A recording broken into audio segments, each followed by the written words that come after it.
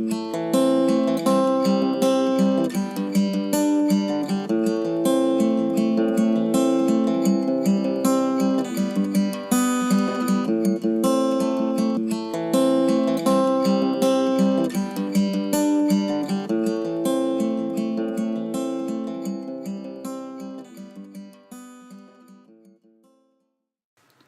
y'all, welcome to Can You Dig It Podcast, a podcast where four gals are talking about the California mission system and how they are portrayed both past and present. I'm Ellen. Oh, I'm Lindsay, sorry. I'm Kristen. And I'm Julia. In the second episode, we want to discuss how the California missions have been and are currently taught in the U.S. educational system, and how the state's dialogue attempts to portray these histories to the public. From our perspective as millennials, a majority of people our age don't know what the purpose of the missions were and the non-consensual ways in which the mission system disrupted the indigenous people's lives. So, here we go. Here we go. Yeah.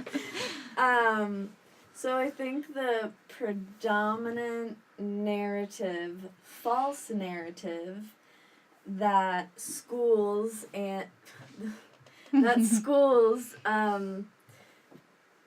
try to impose on our country's youth is that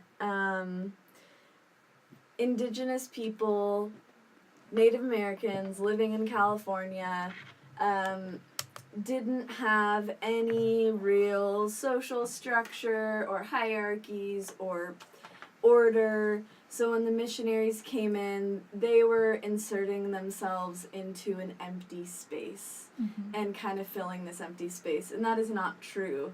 Indigenous folks had just as much social complexity as Spaniards did. So when we see this, so in all of these narratives that in schools, in U.S. schools, especially California schools, there is no mention of violence, of dominance. It's shown as the beautiful evolution of California's history. Yeah, like two people coming together and just like making this like, you know, mixed pot of a culture kind of thing. Let's say how it is. It's whitewashed. Yeah, exactly. It's Here we also, go. You don't really learn about indigenous people pre-colonization. Their history only starts when, well, like, as it is, like, in dominant, like, education, like, it only starts when Europeans come over, like, quote-unquote, Well, you kind of do learn about the Mayans and the Incan. Yeah. But, well, like, specifically in fourth grade, you talk about the Maya, the Inca, and other past civilizations and those kind of things.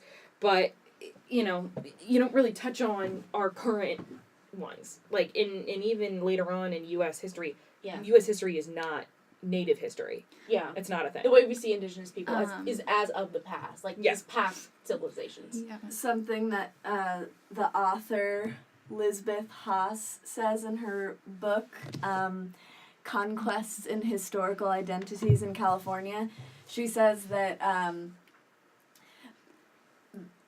we study Native Americans like they are artifacts and not people that are still that are still alive and existing today. Yeah. We're children's podcast here, guys. Come on. This is a children's podcast, my dude. No. It's a young adult podcast. We're open to all audience. Yeah. Everybody's welcome. A little bit PG-13. You can say one F-word per episode. One F-word. Lindsay did our first one. No. Did you? No, on the first Thanks episode for the you did. accusation. You said it on the first episode? Yes, you did. Did I? When? Yes, you did. You did. Okay. I'm not going to say it because then we would have one less that we could say in this episode.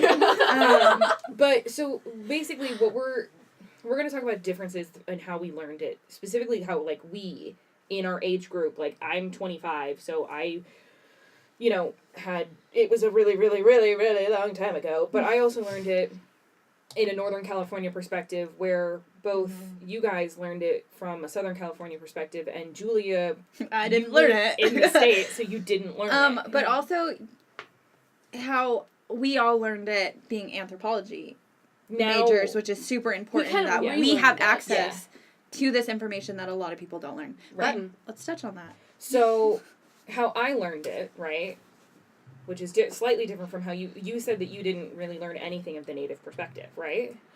No. Okay. How did you learn it? Yeah. Well, Should we go in a circle? So I, growing up in Marin, had, I guess, more access and or more understanding to Native people in my direct area. And, like, we have Miwok Park up in Marin, and when we were learning about the missions, we not only learned about them, but we also took a field trip to the mission in San Francisco.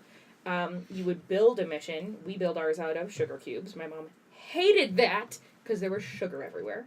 And like the little bricks. Like the little baby bricks. She was like, how many do I need to buy? I'm like, we're going to Costco. Oh, I used to eat those when I was a kid, just like straight up. They're like candy. Literal worst thing you could do. Yeah. So yeah, we had a lot of leftovers, so I just ate all of that.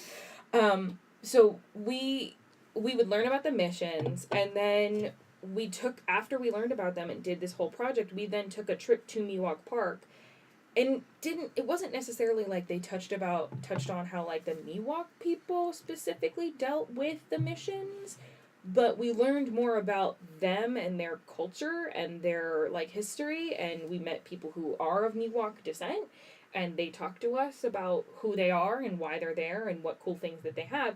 So, I mean, I don't necessarily say that I didn't have any access to Native people and or learning anything about them, which some people might not have that. They might not get any interactions with Natives, where I luckily did get that interaction with them. And so, I mean, it wasn't focused necessarily on the missions, but it was around the same time as that. So I did see Native peoples and like what they dealt with and all, well, not what they dealt with, but like how they were.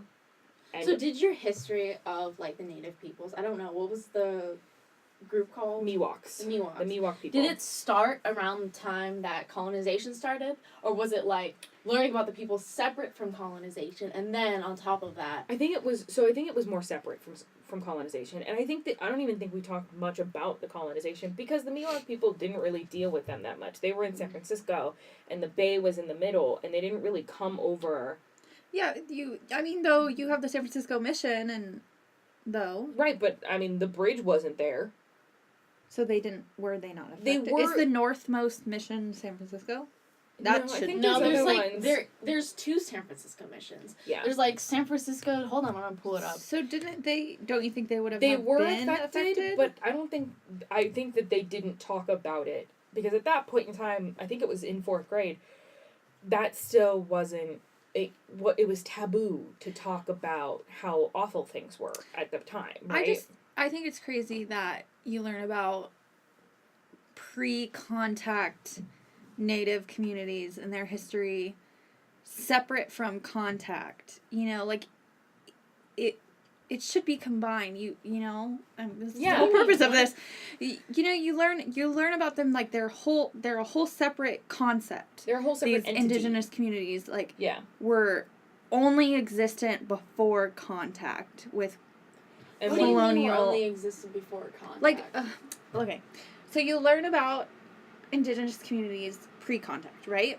Yeah, how and they then made you that. learn about you did. Well, I did. Yeah. Okay. So I will get to me, but like I think that's probably how it is with a lot of people. Like you learn about pre-contact indigenous communities, then as a whole separate thing, you learn about the missions. Right. And you don't see.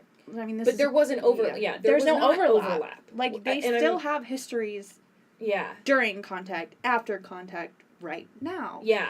So, but they never did blatantly tell us that their history ended. Yeah. Because we talked to a person who was who is A part representative of of that the community, Miwok yeah. people. And they were like, here's what my people do. And they used a lot of, as what I can remember from a very, very long time ago, they talked about it in the present tense because they wanted it to be very clear that they are still there and they are still very present and active, which was great. But nowhere in it was it like, oh, and by the way, here's where we got trashed by the missions. It was like, here's what we did. Here's what are the great plants that we can, that we have and we use for these certain things. And here's the baskets and blah, blah, blah. And all of that goodness.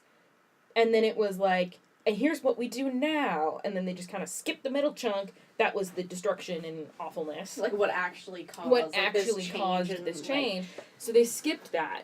Which, when in 4th grade, didn't really care. I mean, I cared, but it was like, I didn't... It kind of went along with the dominant narrative. Yeah. It totally went along with it, and I went along with it. It wasn't until I got into junior college that I was like, let me actually learn about this stuff, Kate, thanks.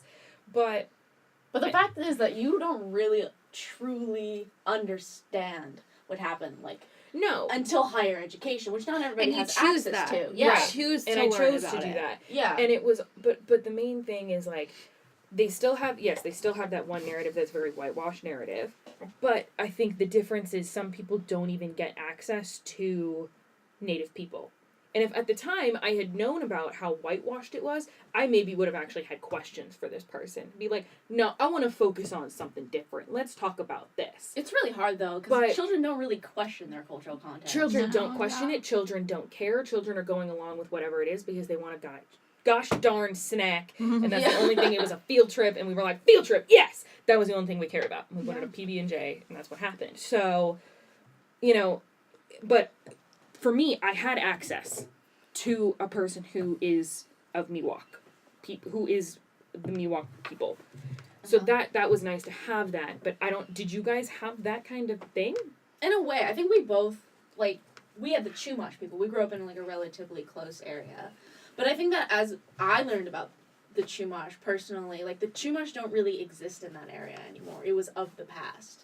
We learned about, what remains were left of that culture, how they built their houses, and basket weaving and stuff like that.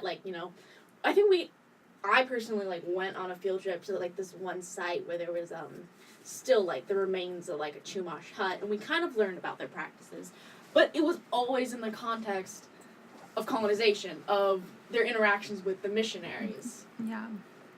But still whitewashed.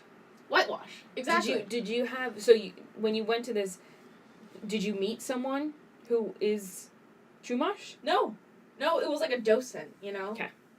So I think that was my big difference is I actually got to meet someone who is that. Mm-hmm. So I mean, if I had the resources and if I had less whitewashing, I would have had the ability to ask questions. Actually, it was this book that we had to read in 4th grade about, I don't think it was the Chumash people, but I think that it was a group that lived in an island right off of Santa Barbara, and it was about this, it was called Island of the Blue Dolphins. Did you ever read that? We read that. Yeah, right? Okay, so it was about this girl who was abandoned by her people, and it had to do with these Russian trappers that were coming in, and they were trying to flee to the coast where there was a Santa Barbara mission, and she was left by herself, and she had to fend for herself for I think it was a matter of years, and where eventually she was rescued by the missionaries, and she lived the rest of her life at Santa Barbara mission. But even in that narrative, the missionaries are kind of painted as the heroes. They're just there. They're just helping. It's just an interaction with Native people rather than the reality of what it was, which was colonization, which was taking away the culture. Right. What was your experience? My experience was very interesting because I grew up in Malibu, and Malibu is actually derived from a Chumash word.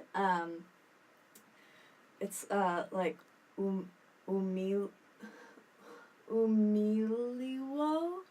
and then that was translated by the Spanish into Malibu. And the original word, it means loud waves, or where the cliffs meet the sea. Which is accurate. Yeah.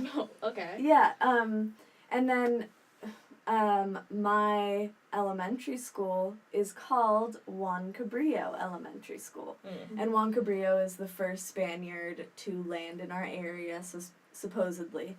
And so we also, at my school, there are murals all over the school, which I can attach to our podcast, our Instagram account. Yeah.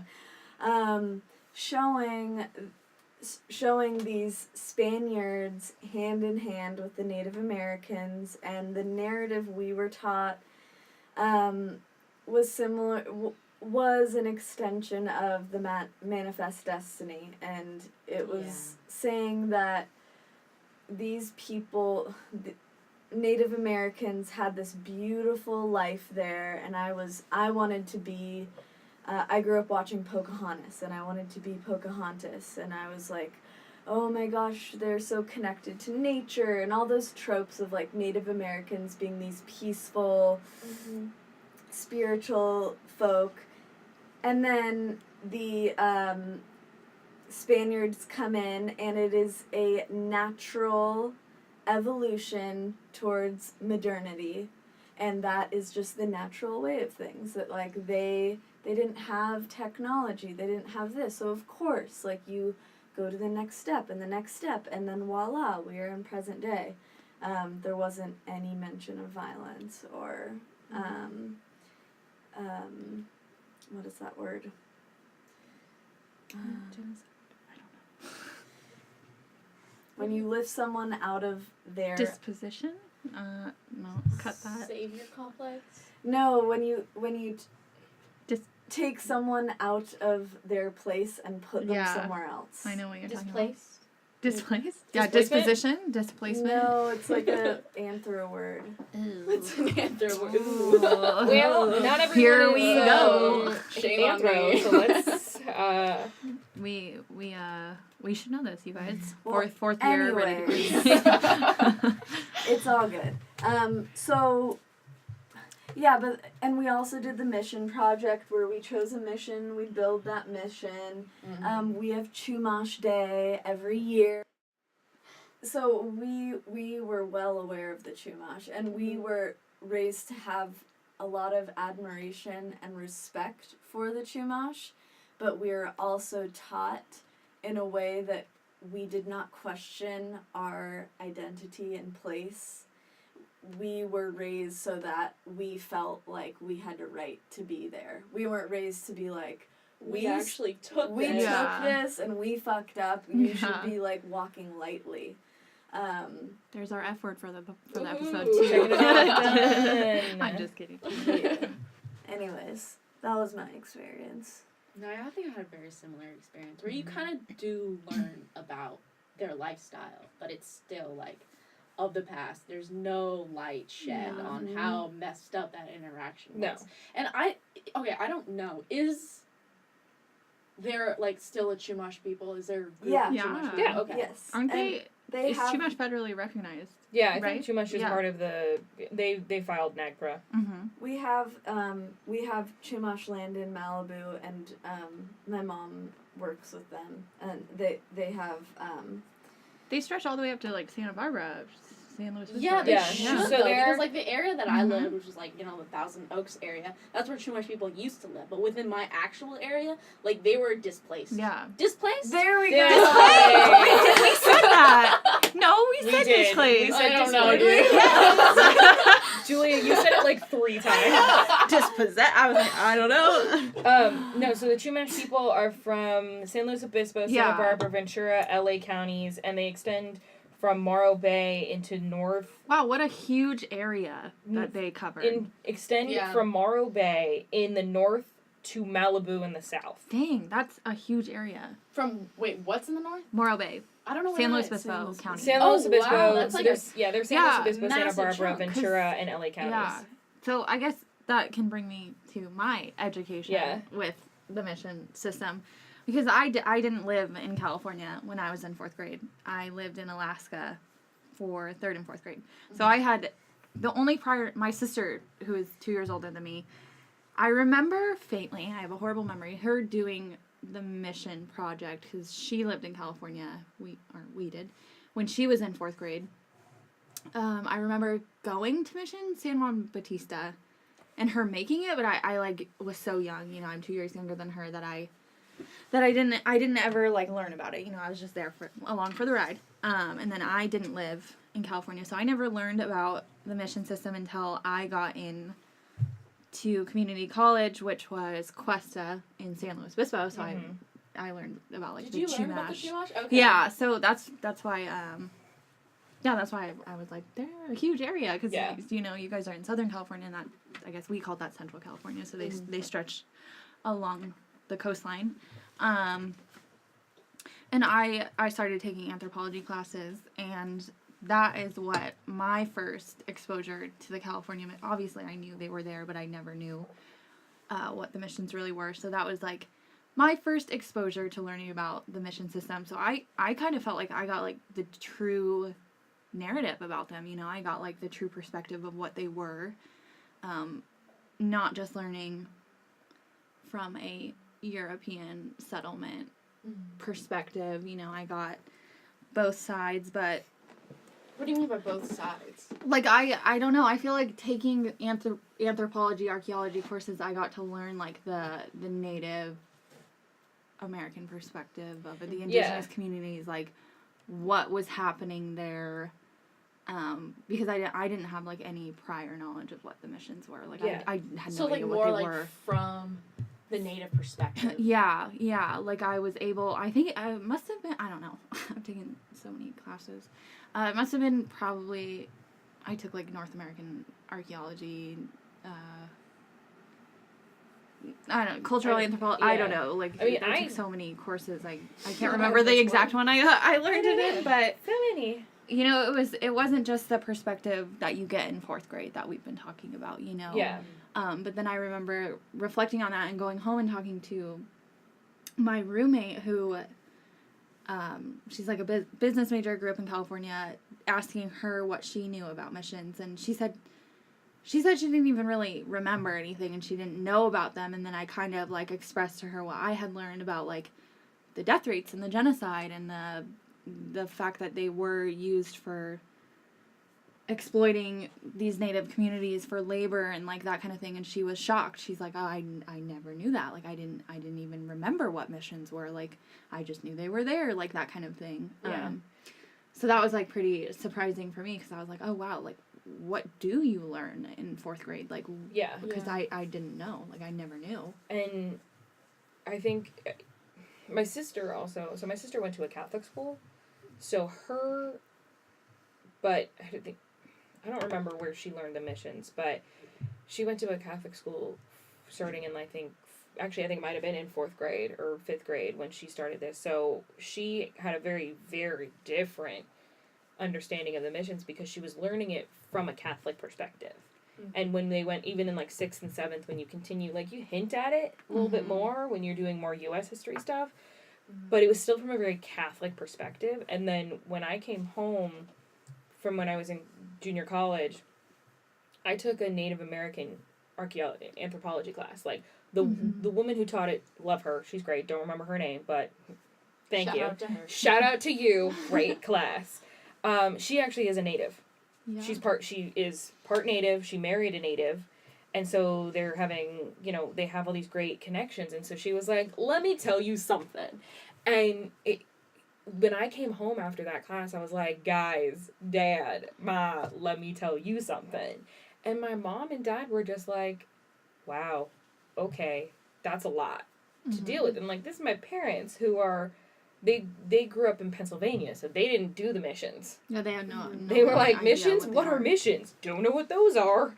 And I also think that's crazy that people who don't live in California don't even learn about it. Yeah. At all. So what is, like, people who don't live in California don't learn about the mission specifically, but what is their, like, knowledge of, like, interactions with Native people? Because obviously Native people live throughout the span of North America. It's varying anywhere. So I think, like, I don't remember because my memory is 100% terrible. Like, I know that obviously you learn your state history in 4th grade, so I must have learned something about Alaska, but I think that the relations in Alaska specifically with the indigenous communities are a lot different than in California, because you don't have the colonization from Europeans as soon, you know. But they're also the people in Alaska are also very much the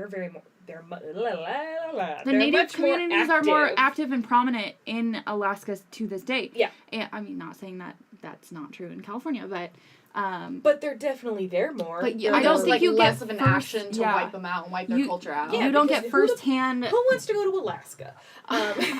Me.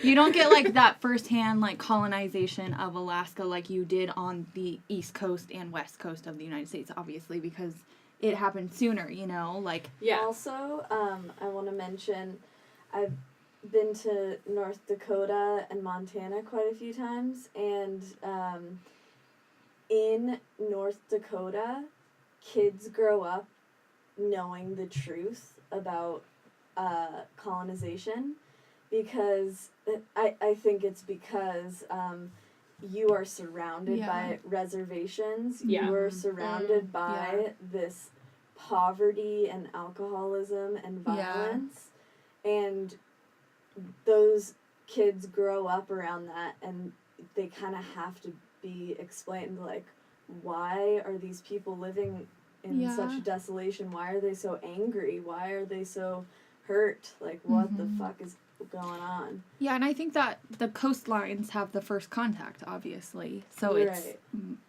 harsh, you know, it's a harsh reality of like what happened during first contact with Europeans and Native Americans. Missions are very tangible evidence of that.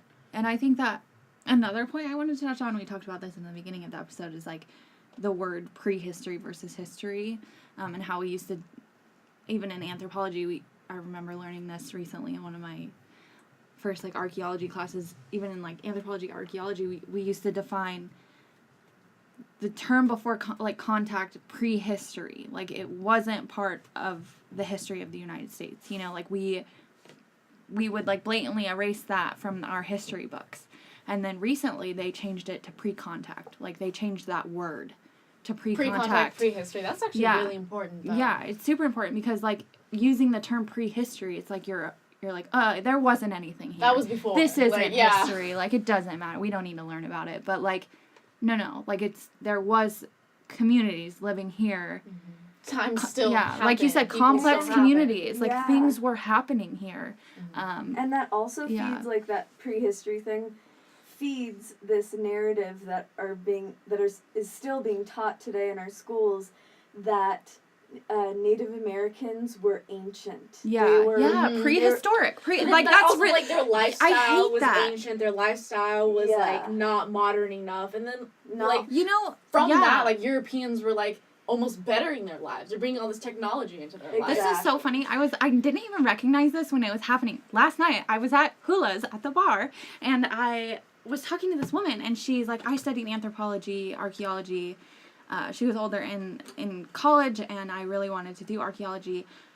She was asking, like, are you into historic or prehistoric? Like, all this stuff, you know, going back and forth. And I was like, I didn't even, like, chair. I didn't even, like, pick up on it. That was a chair, guys. You know, it's a term we throw around without recognizing the connotation behind it, you know? And I was doing it. I was doing it last night. Like, I was like, oh, like, I really, like, contact in historic, like, archaeology. Like, I love learning about, like, that kind of thing. And I was like, wait, like, now that we're talking about this, I was like, oh, wow. Like, I was just throwing that term around as well. Like, I didn't even think about it. Anyways. Heavy stuff. So, side note, actually, Sidebar Nation here. No, just kidding. I'm Googling things at the moment. Because I wanted to know, because you brought up, like, Montana and other states, and I was like, when do we learn about the Trail of Tears? Oh, I don't remember. That's also really dumb. Is that talking about the Trail of Tears? Hey, like, you only get one F word. That is number 2. No. Well, I'm kidding. I'll bleep it out. This subject is messed up here, guys. You know, yeah. So I was like, when do we learn about the Trail of Tears? It's in elementary school. We learn about this in elementary school. I don't know. Really? I remember. It with Andrew Jackson in 8th grade. Yeah. We're older. That's the thing, because it's I now learned in about elementary school. But also, that's taught statewide. That's not, obviously. No, yeah, But, exactly. So I'm just like on like study.com because someone has lessons, like lesson plans for kids in this whole thing. And in here, there's an entire chapter on Native American history for elementary schools. Okay, but what's the narrative? gist of it? Yeah. You learn about the Iroquois Confederacy, Native Americans, like, facts. You learn about the history of, I guess this mostly focuses on the Iroquois, Apache, Cherokee, Incas, Inuit, Navajo, the Seminoles. Wait, what is this for and what? This is just, it's a lesson, it's like some person has this lesson plan Well, out here for elementary school. But let me counter that with all the research I did with the California government. So this is just online Statewide, for anyone. yeah. This is US wide that people can do this at. So it might be completely different for US schools as well as it's different for public School versus district, privates. yeah. Like for me, it was a public school, but the way that my public elementary school worked was you were broken up into smaller groups so you could kind of dive into things a little bit deeper. Like we had 3 teachers per grade. And we only had like 25 kids per classroom. That's which was lucky. amazing. And I loved it and it was dope. Dixie School District, what's up? Well, that's happening all over the It's place. With happening football everywhere. teams and other, But this is like I would love to know when this happens, but if we're learning about the Trail of Tears in 8th grade, right? Well, that's the whole thing with the Holocaust that Lindsay brought up outside of the podcast is, like, what is the age that you start telling kids about genocide? Right. About, like, death, mass murder. Like, when can kids start to conceptualize this? Because I think the kids can actually conceptualize it a lot earlier, but it's a matter of, like, what are public schools allowed to tell children, like, what's approved. Yeah, and now it's even harder with K-12 stuff because your lesson plan has to be 2 different subjects in one, so you can't just focus on the history of it. You gotta focus on other things, too. And so it's not like you can be like, let's dive deep into the history, and all of a sudden you're like, just kidding, now we need to geography this. Yeah. So you don't really get into, well, why did this happen? It's, well, why did it happen where? Yeah. So they have to divert. So I think that having these new standards also in all of our schools changes the way things can happen too, which is a way for them to continue to control the narrative. Some schools can kind of wiggle their way around the narrative a little bit more and kind of dive a little bit deeper. But it's still really hard to do that. And it was extremely hard to do it when I was going to school. In 4th grade, it was not a thing. Like, you did not talk about mass genocide. Yeah, you definitely did not. You'd never talked about anything mean or bad or anything awful. But, kids, everyone's going to learn about it eventually. And my whole thing is, which we can continue into podcast 3, or episode 3. These kids are going to learn at some point in their life, hopefully.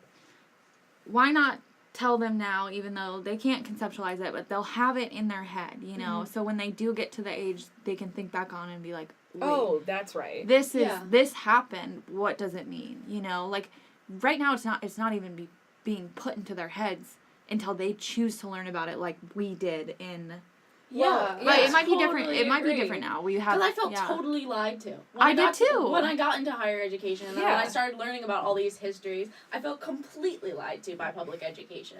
Yeah, my father still to this day does not believe that the Thanksgiving was actually a mass genocide attack. Why doesn't he believe that? Because That's he refuses to believe that narrative. Why? Because the native people made a meal for the pilgrim. He grew up in Pennsylvania. Like, it's the second state, guys. No, they were nice. They helped out the people coming over, and it's like, no, they didn't. So again, my dad refuses to listen to that narrative that I tell him, and I'm like, dude, let me bring you books.